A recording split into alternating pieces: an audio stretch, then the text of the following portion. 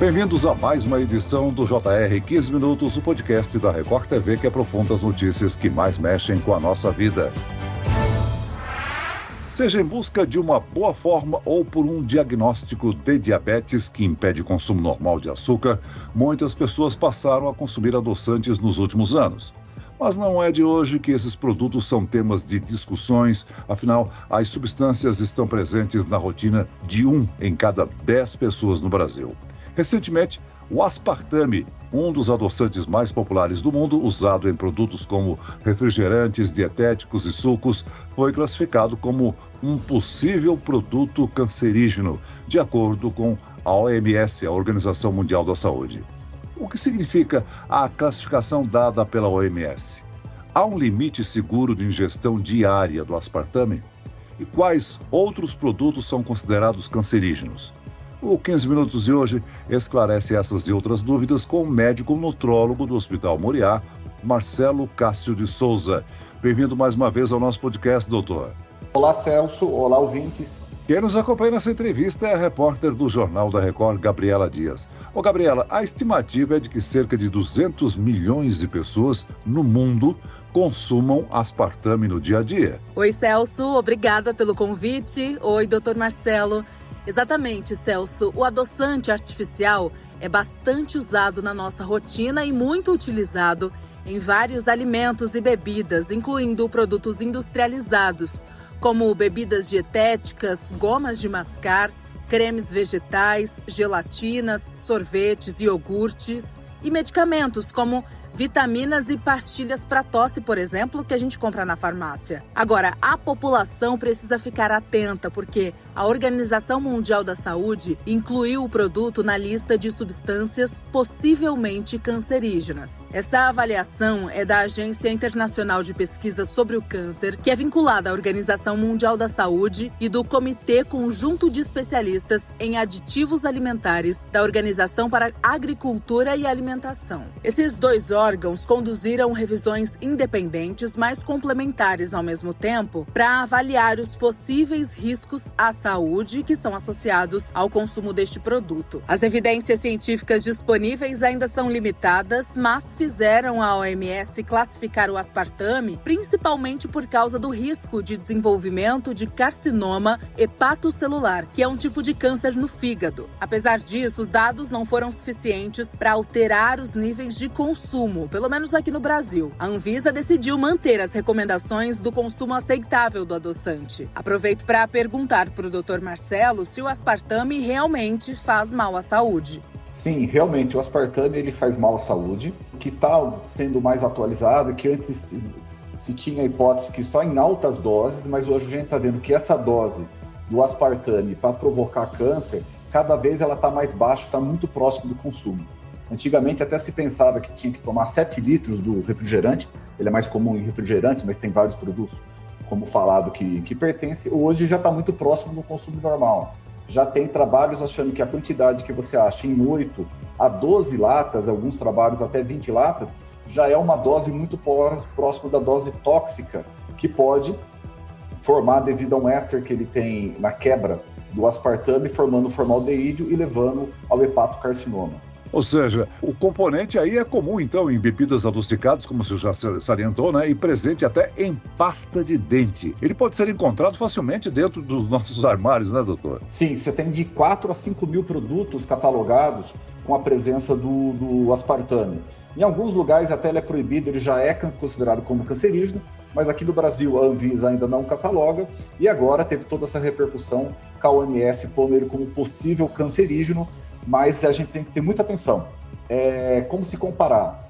Se pular de um prédio de 10 andares, você morre. Caiu para 8, caiu para 6. Mas se você sabe que se você pular de 1, 2 andares, você já pode machucar, e não tem nenhuma vantagem você pular de prédio, para que usar essa substância ou para que manter essa substância se cada vez a gente vê que a quantidade ainda era muito grande e agora quantidades menores a gente já está vendo que já pode ter esse potencial de provocar indústria de câncer e antes de provocar o câncer também, ele tem um grande poder de neuroinflamação, estando um pouco associado ele e outros edulcorantes também, com doenças degenerativas cerebrais, a mais famosa delas, o Alzheimer. Doutor Marcelo, o aspartame tem um poder de adoçante 200 vezes maior do que o açúcar, né? E por que ele continua sendo indicado para dietas com restrições calóricas? Esta é uma conduta um pouco antiga, porque você tem que o excesso do açúcar, o excesso da frutose, faz mal, engorda, tem todos os problemas de diabetes. Então tinha esse raciocínio simplista, tira o açúcar, coloca o edulcorante, mas também você começa até a consumir mais. Geralmente as pessoas que consomem bebidas com edulcorante começam a ter aquela compensação cerebral. Como não tem nenhuma caloria aqui, eu posso comer uma batatinha a mais, eu posso comer um pãozinho a mais, e acaba sendo maléfico. Mas era esse raciocínio simplista. O açúcar faz mal, tira o açúcar, coloca uma substância até então que não faz mal, que não tem carga calórica, e com isso você resolveria o problema. Mas a gente está sabendo que esse preço de alguns edulcorantes aí, o aspartame, a sacarina, a ciclamato, vários deles a gente vê que tem alguns efeitos colaterais, e principalmente o aspartame agora com efeito cancerígeno bem maléfico.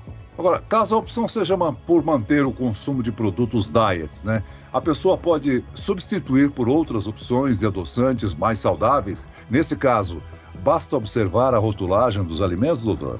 Sim, basta a rotulagem. Tem dos edulcorantes aí conhecidos, tem um técnica de origem natural, que é a estévia. Até agora não tem nada contra a estévia. Sucralose tem de alteração de flora intestinal, algumas coisas menores, mas também não está ileso. Mas algumas vezes você pega, até estava conferindo um chocolate que eu tenho aqui, tá lá com estévia. Umas horas você vê, tem estévia, mas tem aspartame também. Tem que ver se é 100% com estévia. O ideal é a gente sentir o sabor do alimento, do sabor próprio. Café sem açúcar, a fruta do jeito que está, só com o sabor próprio dela, e não querer deixar a bebida, o alimento adocicado com o sabor secundário do que seria principal. O café, a laranja, a uva, o próprio leite, o próprio achocolatado, muito adocicado. Então, seria tentar educar o cérebro e o paladar nosso para não ter que usar nenhum aditivo, nem de açúcar e nem desses edulcorantes, principalmente esses já sabidamente que trazem malefício à saúde. Doutor, a substância é possivelmente cancerígena. No entanto, o parâmetro de consumo considerado para seres humanos, para gente, foi mantido, mas em uma ingestão diária aceitável. Qual é, então, o limite seguro para o consumo? De uma substância potencialmente cancerígena, eu acho que é que nem o cigarro. Você falar 2 maços, 40 cigarros, 20 cigarros por dia, 5 seria seguro, mas de pouquinho em pouquinho você tem. Acho que evitar seria o maior, ou tomar o mínimo possível. Quando não tem uma outra opção, às vezes, o ideal seria evitar ou usar a quantidade mínima, 1 gota, 2 gotas. Agora, o adoçante foi incluído no grupo 2B da classificação da Agência Nacional de Pesquisa sobre o Câncer, né? Eu pergunto, quais são as categorias e como é que funciona esta classificação? A categoria 2 seria a segunda. A primeira são substâncias sabidamente potencialmente cancerígenas. 2A, 2B, ela tem indícios, mas seriam em doses maiores, e não há uma comprovação de desfecho duro. Usou, vai ter câncer. Então, o uso constante pode levar. A substância 1 são sabidamente cancerígenas. O próprio formaldeído, que é um metabólito que a gente tem da degradação do aspartame a nível hepático, a gente sabe que essa substância sim, mas ela é um subproduto de uma terceira metabolização do fígado ou quando aquecido, mas que evite ao máximo o uso dessas substâncias com potencial maior ou menor, sabendo que tem câncer, sendo 2A, 1A, 2B ou até categoria 3, acho que por precaução vale a pena evitar, tem outros substitutos que não fazem mal, então para que a gente correr um risco desnecessário. Por outro lado, essa classificação de possivelmente cancerígeno pode influenciar os consumidores a mudar a alimentação para produtos até mais calóricos? Sim, pode ser que daí o pessoal volte a usar o refrigerante com açúcar, mas a maioria dessas pessoas que faz essa ingesta ilibada, conheço várias pessoas, pacientes que tomam 8, 10, 12 latas de refrigerante, ou até 1 litro, 2 litros do refrigerante, que já chegaria muito próximo da dose tóxica, tentar converter para o refrigerante adoçado com açúcar, com sacarose, o açúcar comum, e o valor calórico. A caloria você consegue queimar, você consegue metabolizar, a não ser que você seja diabético, isso já passa a ser tóxico, porque é uma substância potencialmente cancerígena no seu organismo. A utilização do xilitol pode ser uma solução para abandonar o aspartame, doutor? Sim, todos esses xilitol, eritrol, malitol, pode ser uma substância, eles têm um poder adoçante, eles não têm absorção, eles saem praticamente inabsorvível, eles só têm problema com alteração de flora, podendo dar, às vezes, diarreia e gases, mas é um bom substituto.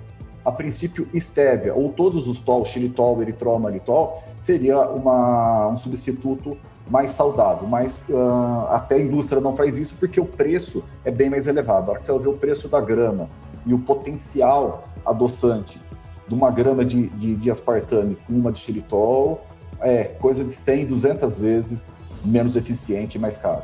Agora, a Organização Mundial da Saúde já avaliou mais de 1.000 itens de alimentos. Quais são os alimentos que podem causar câncer? Muitos estão inseridos no nosso cardápio? Poucos estão sendo tirados.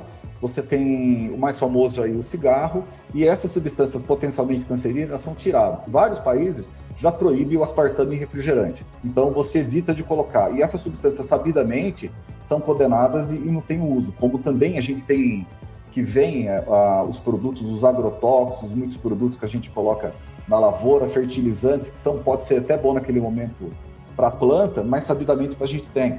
A gente tem o glifosato e várias substâncias que participam. A gente tinha muito tempo que o pessoal colava o brometo de potássio no pão, também sabidamente cancerígeno, foi proibido. Então as substâncias vão aparecendo e com o tempo vão saindo, mas a indústria, né, de produtos químicos anda sempre na frente, sempre ela vem desenvolvendo uma substância nova, colocando, e aí a gente demora mais 10, 15, 20 anos para comprovar que aquilo é maléfico para a saúde, apesar de melhorar no paladar e ter esse lado, olha, não vai ter caloria, não vai te provocar ganho de peso e nem diabetes. E doutor, produtos classificados assim, como possivelmente cancerígenos, devem continuar nas prateleiras? Não seria obrigatório as empresas colocarem essas informações na embalagem? Porque muitos consumidores não sabem, né? Por exemplo, no caso do cigarro, já vem destacado na embalagem que aquele produto causa câncer. Sim, deveria ter as agências reguladoras, o FDA, o principal americano, pega bem pesado, a inglesa,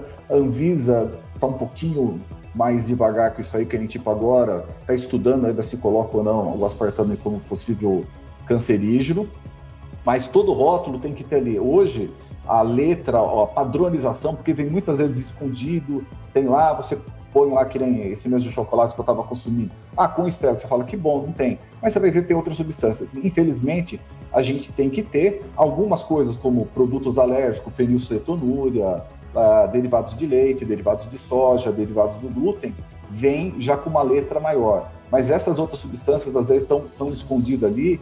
Então, a gente saber a origem do produto e quanto, lógico, mais próximo do natural, vindo da terra para a mesa, melhor. A indústria usa aí inúmeras substâncias na lista de ingredientes dos alimentos e, às vezes, as pessoas nem sabem o que estão consumindo, né? Ou seja, uma dieta com alimentos industrializados eleva o risco de doenças.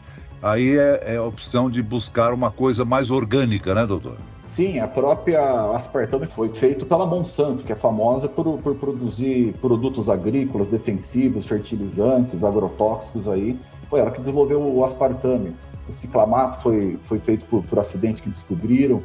E agora, se você pega o alimento natural, os whole foods hoje, as alimentação baseado em plantas, é bom, mas dá trabalho, tem que comprar, estrague. Você tem um produto lá na prateleira da sua casa que fica lá 15 dias, um mês, toda essa facilidade, toda aquela realce de sabor que tem, e o poder da indústria, né, tanto de segurar um pouco essas pesquisas, de abafar, e também o poder financeiro dessas grandes indústrias que a gente está falando aí, que produzem refrigerante, produzem vários alimentos, é difícil a gente lutar contra essa força grande aí, mas o básico a gente tem. Ainda falando sobre alimentação de um modo geral, a gente destaca que o governo também precisa conscientizar as pessoas sobre alimentação saudável. E, se possível, também ensinar dentro das escolas, já que as crianças com bons hábitos serão adultos saudáveis. Sim, educação alimentar e educação financeira devia ser matéria em escola.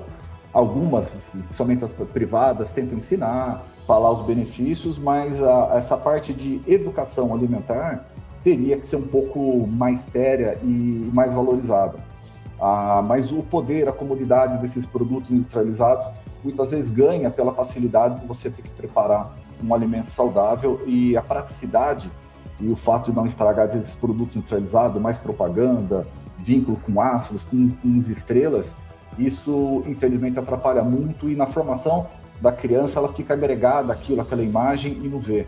Muito bem, nós chegamos ao fim desta edição do 15 Minutos. Eu quero aqui agradecer a participação do médico nutrólogo do Hospital Moriá, Marcelo de Cássio de Souza. Obrigado, doutor. Obrigado, Celso. Obrigado, Gabriela. Obrigado, ouvintes. Até a próxima. E agradeço a presença da repórter do Jornal da Record, Gabriela Dias. Obrigado, Gabriela. Muito obrigada, Celso, pela oportunidade e agradeço ao Dr. Marcelo também por todas as informações. Esse podcast contou com a produção de David Bezerra, dos estagiários Lucas Brito, Fernando Russo e Kátia Brazão. Sonoplastia de Marcos Vinícius. Coordenação de conteúdo, Edivaldo Nunes e Deni Almeida. Direção editorial, Tiago Contreira. Vice-presidente de jornalismo, Antônio Guerreiro. Você pode acompanhar o JR 15 Minutos no portal r7.com, nas redes sociais do Jornal da Record e nas principais plataformas de streaming. Eu, Celso Freitas, te aguardo no próximo episódio. Até amanhã.